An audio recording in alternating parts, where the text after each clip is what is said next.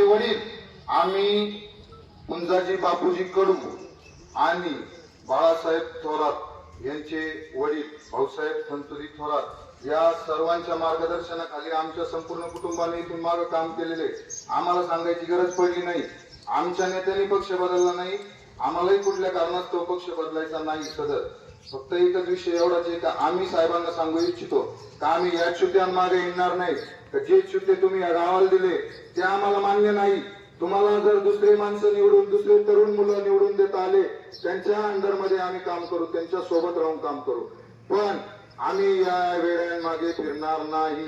का जे तुमच्यावर झालेला अन्याय सहन करू शकतात त्या येड्यांना आमच्या अन्यायाची काय कदर लागणार, काय याची नोंद घ्यावी सगळ्यांनी.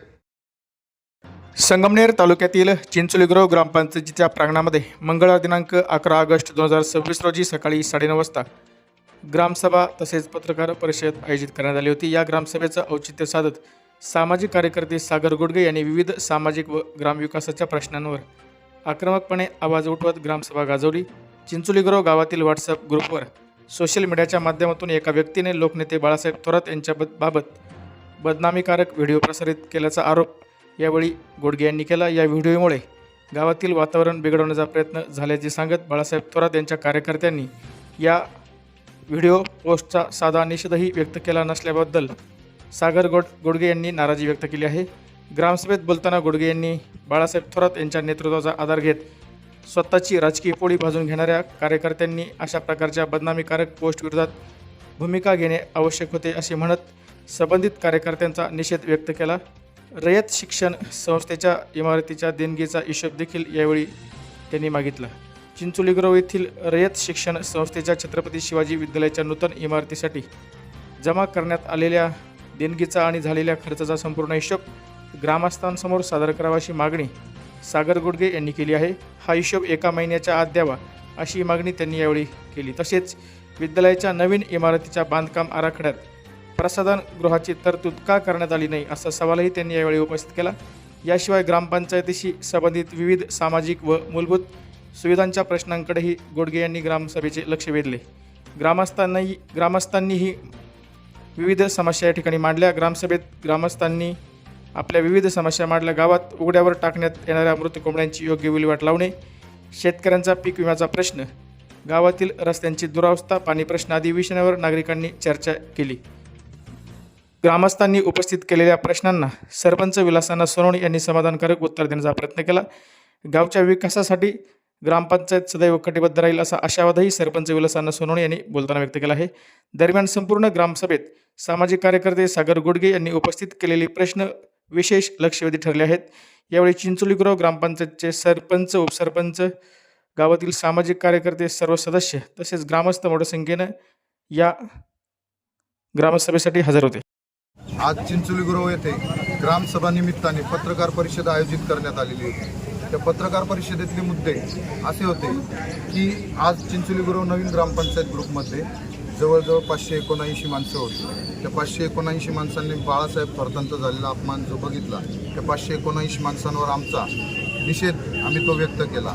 आमच्या नेत्यासंदर्भात त्यांनी असं काही कुठली पोस्ट करू नये. दुसरा महत्त्वाचा विषय आम्ही मांडला की जी शाळा आहे, शाळा कमिटी व्यवस्थापन, या तिन्ही गोष्टींनी आम्हाला समाधानकारक कुठल्याही प्रकारचे उत्तर दिलेलं नाही आहे. त्या शाळेकडे आलेली रक्कम, जमा झालेली रक्कम, रयत शिक्षण संस्थेने दिलेली रक्कम, या सगळ्या गोष्टींचा पाठपुरावा आम्ही करण्यापेक्षा त्यांनी गावासमोर यावे. त्यांना 1 महिन्याची मुदत दिलेली आहे. शिक्षक संख्या, शाळेतल्या मुतारी, इतर सुविधा या सर्व त्यांनी आमची व्यथा या पत्रकार बंधूंच्या माध्यमातून मांडलेली आहे. अनेक रस्ते जे गावात रखडलेले ते रस्ते कागदपत्र व इतर माध्यमातून त्या रस्त्यांचा पाठपुरावा करण्यासाठी आम्हाला विलासांना जे काही ग्रामपंचायतीचे सरपंच आहेत त्यांनी सुद्धा आम्हाला पाठबळ दिलेला आहे. त्यांनी सांगितल्याप्रमाणे आम्ही त्यांच्या मार्गदर्शनाखाली लोकनेते बाळासाहेब थोरात यांच्या मार्गदर्शनाखाली जे असेल ती योग्य दिशा धरून आणि पुन्हा बाळासाहेब थोरात यांच्याविषयी कुठल्याही प्रकारची घाण कमेंट, घाण चर्चा, कुठल्याही विषयाला आमचं गाव, संपूर्ण गाव कुठल्याही मोहाला बळी न पडता आम्ही बाळासाहेब थोरात लोकनेते यांनी जी कामं केलेली आहेत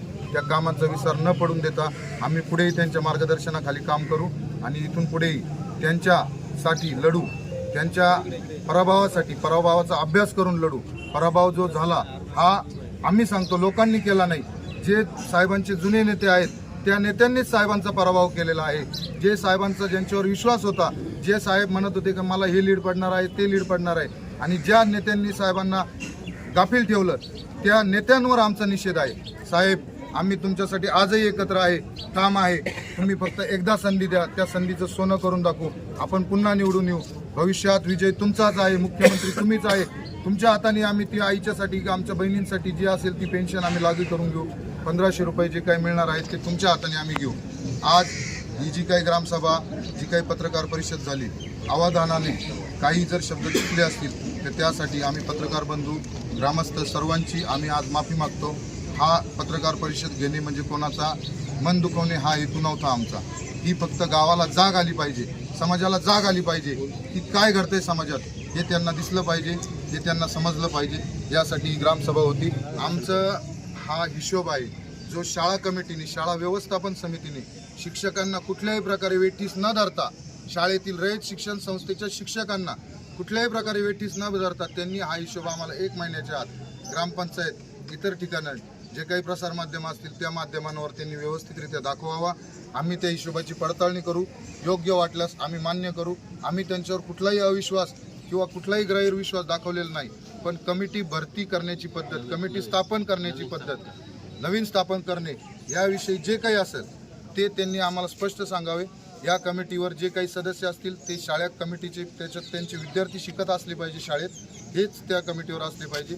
चांगले चांगले तज्ज्ञ, चांगले चांगले विद्यार्थी या शाळेने बाहेर पाठवलेले आहेत, जे CA, वकील, डॉक्टर, इंजिनियर, उद्योजक झालेले आहेत, ते या संस्थेवर घ्यावे. ही रयत शिक्षण संस्था सातारा यांना माझी निम्र विनंती असेल. आज योगायोगाने आमची ग्रामसभा होती. आजची ग्रामसभा शासकीय नियमानुसार 16 वित्त आयोगासंदर्भात चर्चा करण्यासाठी आम्ही ग्रामसभा बोलवली होती. योगायोगानं गावातल्या तरुण कार्यकर्त्यांनी काही विषय असतील म्हणून पत्रकार बांधवांना बोलवलं. पत्रकार बांधवांना बोलवल्यानंतर जे त्यांचे विषय होते ते त्यांनी मांडले. पहिला विषय होता का व्हॉट्सअप ग्रुपचा.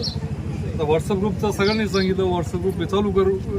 कोणी कोणता नेता असो, समजा देशाचा पंतप्रधान असो, महाराष्ट्राचे मुख्यमंत्री असो, आपल्या तालुक्याचे माजी आमदार असो, सध्याचे आमदार असो किंवा ग्रामपंचायत पद, आता आमच्यावर येतात. आम्ही काम करून त्याच्यामुळे आम्ही ते शक्यतो जर व्हॉट्सअप ग्रुप पाहिले तर काम करायला मूड राहत नाही. त्याच्यामुळे मी वैयक्तिक म्हणजे कुठलाच व्हॉट्सअप ग्रुपला म्हणजे बघत नाही. त्याच्यामुळे तरी पण आपण सगळ्यांनी आज म्हणजे आव्हान केलं का इथून पुढं चिंचोली गोरोमध्ये कुठल्याच नेत्याच्या बाबतीत, कुठल्याच बाळासाहेब थोरातांच्या बाबतीत कोणी टाकतच नाही. बाळासाहेब थोरात नाही, कोणी कोणत्याच नाही, कोणत्याच नेत्याच्या बाबतीत गावांनी आपल्या संयम पाळायचा आहे. काय आपलं असेल आपल्याच बोलायचं. कारण शेवटी ते माणसं मोठे आहे, देशाची माणसं आहे, ते तालुक्याचे आहे, त्यांच्याविषयी बोलायचं नाही असं सगळ्यांनीच सांगितलं. त्याच्यानुसार कार्यवाही म्हणजे गाव चालेल आमचं. आणि गावात आमची पद्धत आहे का समजा ठरल्यावर गावांचं ऐकतं, शांतता जाईल. दुसरे मुद्दे होते शाळेच्या मुद्द्यात आता मी सरपंच म्हणून किंवा इथं माग 15-20 वर्ष शाळेत जातो. मी त्या कमिटीवर बी नाही, तुम्हाला सांगतो मी अजिबात त्या कमिटीवर नाही. आणि मला ते म्हणजे मला ती गरजही पडत नाही. कारण मला जे काम करायचं आहे तिथे मला माहिती मिळते किंवा मला जे काम करायचं मी करतो तिथे. आता माझ्या माहितीचं जी नुसत्या एका आव्हानावर तुम्हाला सांगतो, मी 2011 साली मी पहिल्यांदा सरपंच झाल्यानंतर आम्ही माझी विद्यार्थी मेळावा ठेवला. आणि त्या मेळाव्यामध्ये सहज आम्ही आव्हान केलं, सहज बस शाळेला आपल्या अडचणी, अशा अडचणी आहेत. 2 लाख रुपये सर 10 मिनिटात जमा झाले. त्या पैशात म्हणजे तेव्हा सुरुवात झाली. गावाला आम्ही मागितले आणि गावाने पैसे. आता शाळेची जबाबदारी आहे. समजा आता हे बाकीचे म्हणले त्यात 100% मी आलो. माझी जबाबदारी आहे का बाबा गावाला तो हिशोब दिला पाहिजे. आम्ही हिशोब तिथं लिहिलेला आहे. तरी पण तो हिशोब आपण यांनी सांगितलं महिन्याच्या मुदत आपण पुढच्या महिन्यातच आमच्या कर्मवीर अण्णांची जयंती आहे. त्या कर्मवीर अण्णांच्या जयंतीमध्ये आपण आतापर्यंत कोणी किती पैसे, काय खर्च झाला, इमारतीला खर्च किती झाला, या संदर्भात आपण नक्की हिशोब देऊ. शिक्षकांचे त्यांचे गैरसमज होते, शिक्षकांचे गैरसमज काय, गावच्या कामाच्या विषयी सुद्धा त्यांचे गैरसमज होते. मग ते आम्हाला माहिती, असं काही म्हणत नाही. साधारण माझ्या माहितीनुसार सगळे पाहत असतील. मी सकाळी 8 वाजेपासून संध्याकाळी 5 पर्यंत ऑफिसवर बसलेलो असतो. आम्हाला ग्रामसेवक फार टाईम आहे. शक्यतो आमचे काही अशी भाषा येत नाही माहितीच्या अधिकारात कुणी मागावं असं काही कुणी म्हटलेलं नाही. माझे कर्मचारी म्हटलेलं नाही. आणि समजा जरी आणि 100% यांचा अधिकार आहे. आम्ही चुकत असलो तर 100%, कारण आम्ही यांच्यामुळेच येत आहे, ग्रामपंचायतमध्ये आहे त्याच्यामुळे त्यांचा अधिकार आहे. मी तुम्हाला बोलवलं, तुम्ही आले, परत एकदा तुमचं स्वागत करतो, आभार मानतो आणि थांबतो.